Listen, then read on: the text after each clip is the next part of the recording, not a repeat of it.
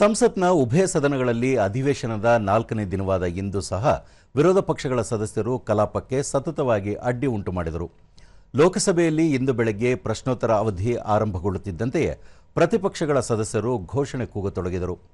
Speaker Om Birla ಸುಗಮ ಕಲಾಪಕ್ಕೆ ಅವಕಾಶ ನೀಡುವಂತೆ ಹಾಗೂ ಸದನದಲ್ಲಿ ನಿಯಮಾನುಸಾರ ವರ್ತಿಸುವಂತೆ ಹಲವು ಬಾರಿ ಮನವಿ ಮಾಡಿದರು. ಗದ್ದಲ ಮುಂದುವರೆದಾಗ ಕಲಾಪವನ್ನು ಮಧ್ಯಾಹ್ನ 12 ಗಂಟೆಗೆ ಮುಂದೂಡಿದರು.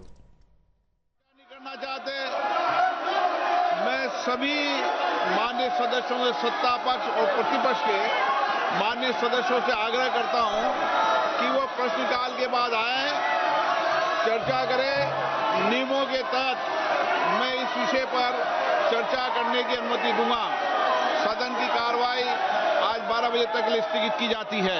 मिनिस्टर किरण रिजिजू ಬಳಿಕ ಸದನ ಸೇರಿದಾಗ ಸಂಸದೀಯ ವ್ಯವಹಾರಗಳ ಸಚಿವ ಕಿರಣ್ ರಿಜಿಜು ದೇಶದ ಯುವಜನರ ಭವಿಷ್ಯದ ಕುರಿತು ರಾಜಕಾರಣ ಮಾಡುವುದು ಸರಿಯಲ್ಲ ಎಂದರು. ನೀಟ್ ಪರೀಕ್ಷೆ ಕುರಿತು ಪ್ರತಿಪಕ್ಷಗಳಿಗೆ ಸೂಕ್ತವಾದ ಹಾಗೂ ಅವು ಬಯಸಿದ್ದಷ್ಟು ಸಮಯ ಎರಡೂ ಸದನಗಳಲ್ಲಿ ಚರ್ಚಿಸಲು ಸರ್ಕಾರ ಸಿದ್ಧ ಎಂದು ಈಗಾಗಲೇ ಹಲವು ಬಾರಿ ಮನವರಿಕೆ ಮಾಡಲಾಗಿದೆ.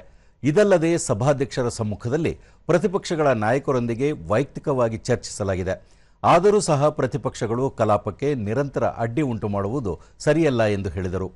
ಪ್ರಧಾನಿ ನರೇಂದ್ರ ಮೋದಿ ಅವರು ಇಂದು ಬೆಳಗ್ಗೆ ಉತ್ತಮ ಸಂದೇಶ ನೀಡಿದ್ದು ತ್ವರಿತ ನ್ಯಾಯಾಲಯ ರಚನೆ ಘೋಷಣೆ ಮಾಡಿದ್ದಾರೆ. ನೀಟ್ ಪರೀಕ್ಷೆ ಕುರಿತು ಸಮಗ್ರ ಚರ್ಚೆ ನಡೆಸಲು, ಸರ್ಕಾರದ ಕ್ರಮಗಳ ಕುರಿತು ಜನತೆಗೆ ವಿವರಿಸಲು ಹಾಗೂ ವಿವಿಧ ರಾಜ್ಯಗಳ ಬೆಳವಣಿಗೆ ಕುರಿತು ವಿಸ್ತೃತವಾಗಿ ಚರ್ಚಿಸುವುದು ಅಗತ್ಯವಾಗಿದೆ.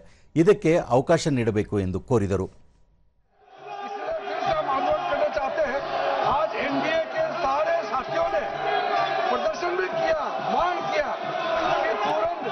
पेपर लीक पे चर्चा हो और देश भर में अध्यक्ष महोदय, ये कोई सरकार कोई पार्टी का विषय नहीं है।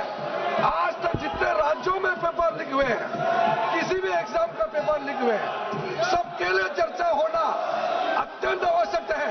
हम इसमें राजनीति ना करें, एकजुट में युवाओं के लिए, छात्रों के लिए हम एकजुट हो जाए और लोकसभा में जितना जल्दी चर्चा हो देश के लिए अच्छा है। मैं फिर से अनुरोध करना चाहता हूं कि बिना विलंब के हम नीट पेपर लीक पे चर्चा शुरू करें. ಇದೇ ವೇಳೆ ಪ್ರತಿಪಕ್ಷಗಳ ಗದ್ದಲ ಹೆಚ್ಚಾದಾಗ ದಿಲೀಪ್ ಸೈಕ್ಲ ಕಲಾಪವನ್ನು ಮಧ್ಯಾಹ್ನ 2 ಗಂಟೆಗೆ ಮುಂದೂಡಿದರು. बाधित करेंगे, आप सदन चलाना नहीं चाहते हैं, सदन चलने नहीं दे रहा है, यह ठीक नहीं है। सभा की कार्यवाही 2 बजे तक के लिए स्थगित की जाती है।